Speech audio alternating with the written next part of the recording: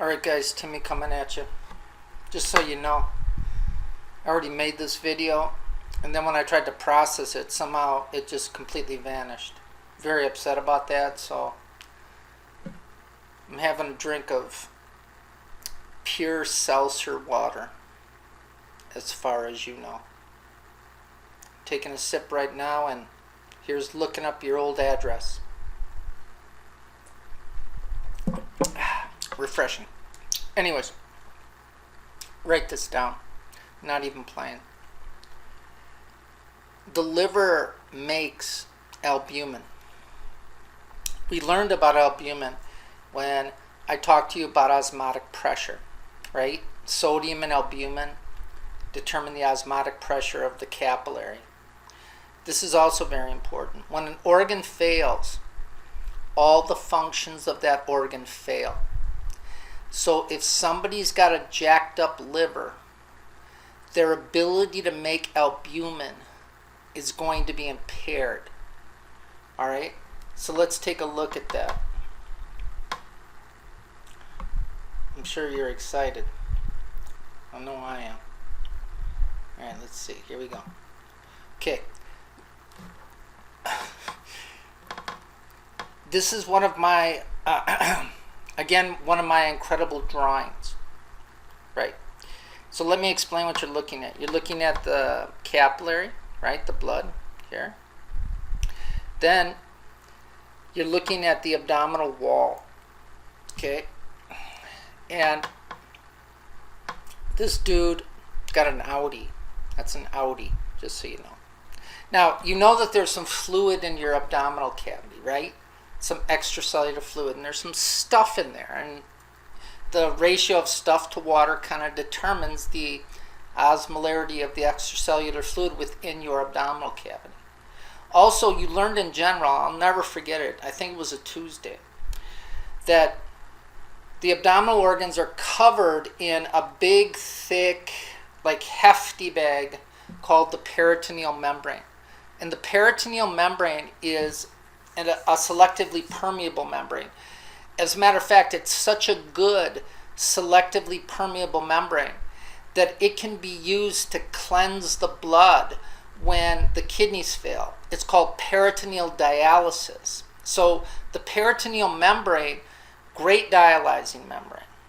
Now, again, you got the blood here, and remember the two things in normal physiology that determine the osmotic pressure of the blood are sodium and albumin. And remember, osmotic pressure, by my definition, is the ability of stuff to draw water towards it by osmosis. I like that definition. I like that definition so much, I'm going to have another swig of pure seltzer water. Again, as far as you know. Now, what did I say about the liver? The liver makes albumin. And when an organ fails, in this case the liver, all the functions of that organ fail. So one of the things that happens in people who have a bad liver, and one of the major causes of liver failure, is not watching videos, or the biggest cause is not reading the textbook. But I digress. So if the liver can't make albumin because the liver is failing, the amount of albumin in the blood has gone down. Now, you have the blood that's separated by the beautiful peritoneal membrane, and then you have the abdominal extracellular fluid that has some stuff in it. And we learned that water always moves from low osmolarity to high osmolarity. If stuff can't move, water can always move. So in this case, water is going to move from the blood through the selectively permeable membrane into the abdominal cavity.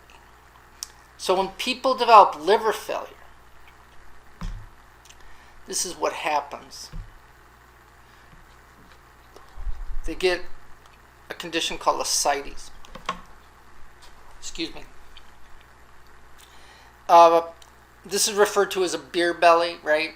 And how you differentiate ascites from somebody who's just tubby is you lay them on the exam table and you actually push on their belly.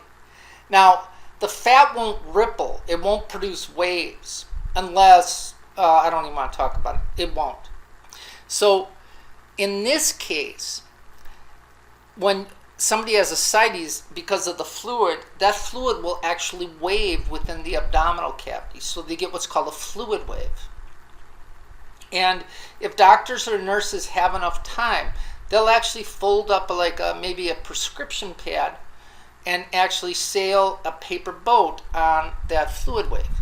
But again, I digress. Now, this is the result of the liver failing, and the failing of the liver to produce the albumin causes the blood to become hypotonic, and remember, if stuff can't move, water can always move, and water is going to move from the blood through the peritoneal membrane into the abdominal cavity, and it's going to collect in the abdominal cavity. And these people will develop ascites. Now, if you look here, you can see that there's some sutures there. Now, just so you know, and you'll learn about this when you get into clinical, but I just want to make this statement, is ascites is a late sign of liver failure. If you've got a big belly, you're in trouble. So the reason that they go to the doctor, and one of the reasons they go, is because that fluid starts building up and it starts pushing up on the diaphragm. And then you remember from general, the way you breathe is by contracting the diaphragm flattening out. But if your belly's big, you can't contract your diaphragm. So these people can't breathe. And that's not good for you. So what they will do is they will actually put a tapper, and depending on his brand, like maybe it's old style, they will put a tapper in the belly, and then they will remove that fluid. That's actually called an abdominal centesis. So you can see here where he's had several abdominal centesi, or tesises, whatever it is, and they've removed that fluid. But the fluid again will reaccumulate because the liver still is failing. Now, look, remember, here's a little kid with what's called kwashiorkor. Kwashiorkor is a term that literally means the evil spirit that infects the first child when the second child is born. And basically what's happening is most of the young kids who develop kwashiorkor are from poor countries. And look, you know it too.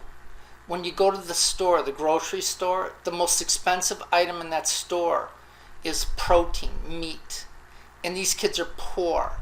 And if you're poor, you don't eat meat because that's expensive.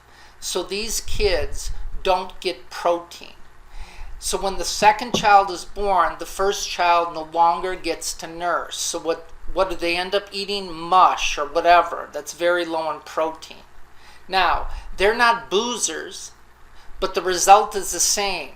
If the liver doesn't have amino acids to build albumin, then fluid will move from low osmolarity through a selectively permeable membrane to high osmolarity. That's why they develop the swollen belly. Now, in the case of a young child who's malnourished, what do? Well, you nourish them, right? And I can't believe in this day and age, right? 2020, there are starving people in this world. But again, I digress.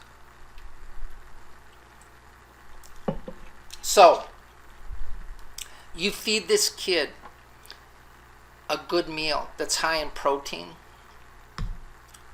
the liver will make albumin, big Al.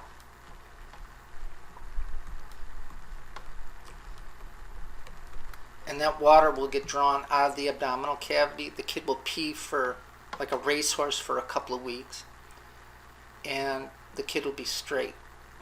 In this case, it's too late. The guy's going to end up taking a 6-foot dirt nap, and his liver's already shot. And you're not going to get tested on this. I'm just talking to you. When 70% of your liver is gone, you're going to be gone. The liver is the only organ that can regenerate itself. So, look, if you don't want liver damage, start reading that textbook. You got me? So, that's an application of osmolarity, osmotic pressure, and osmosis. And I hope it helped. Here's the other thing. If this recording don't work, I ain't making another one. I mean, I'm trying hard.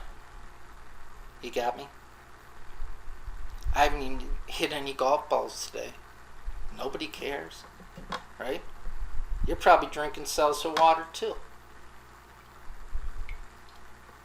But that's okay.